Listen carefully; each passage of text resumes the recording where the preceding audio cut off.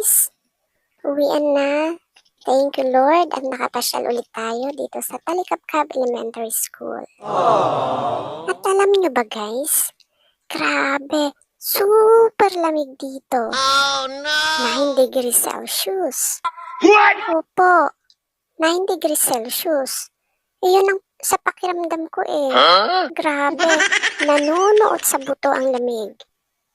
Shoutout nga pala dito sa driver ng motor na sinakyan ko na nakalimutan ko ang pangalan. What? Maraming salamat sa iyo sa paghintay at pag-atid sa akin hanggang sa district office. Medyo malayo-layo pa ang ating lalakbayin kaya kukwentuhan ko muna kayo. Dito pala sa binabagtas natin ngayon ay may malawak na taniman ng sayote. Dahil nga sa malamig na klima ay hiyang talaga ang sayote dito. At sa bandang taas, meron din nagtatanim ng carrots, repolyo, at walang patatas dito kasi nga sa pagkakaalam ko ang patatas ay itinatanim sa medyo mainit na lugar. What? Hindi rin sila nagtatanim ng kamatis dito sapagkat yun nga, super lamig. Matatagalan bago ka mag-harvest. Kaya ang hiyang talaga dito ay ang sayote. Thank you nga pala sa mga nagbigay ng sayote noong in-house training ng ating mga athletes. Thank you sa inyo. Shout out. God bless you. Sa mga gustong mag-order dyan ng sayote, PM is the key. Charot.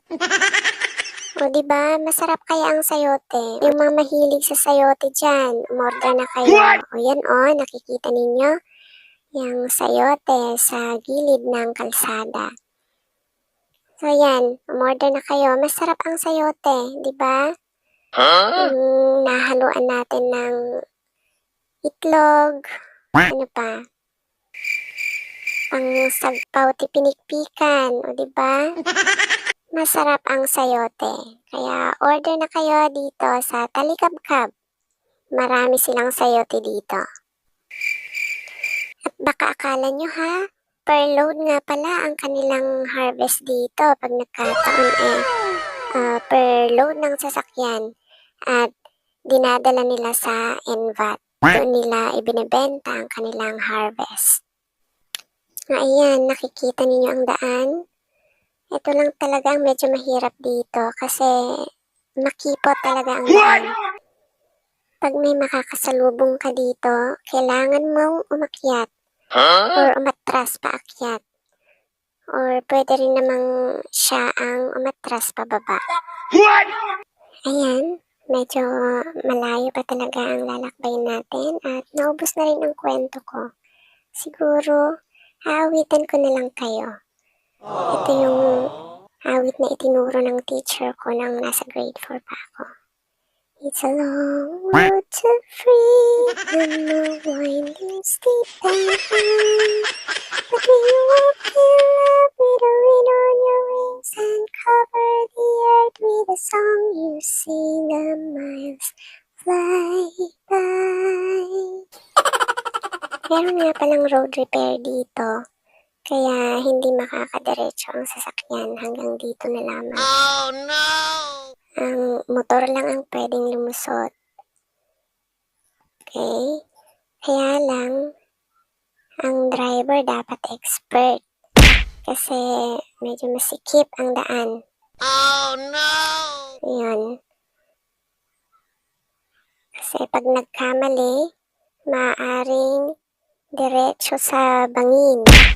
Oh, yan.